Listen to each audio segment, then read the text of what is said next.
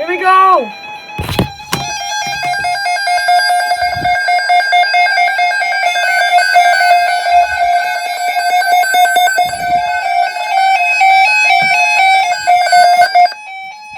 Snow accumulations of 4 to 7 inches with accumulations of around 1/10 of an inch possible.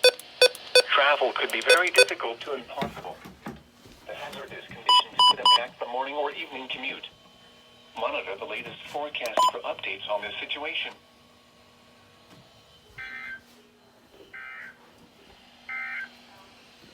This is NOAA weather. All hazards radio station KIG 86, Columbus, Ohio.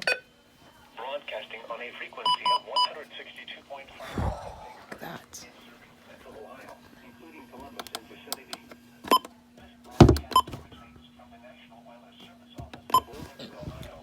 A fourth winter storm watch. Marine forecast for waters within 5 nautical miles of the South Shore. Maybe just to extend it.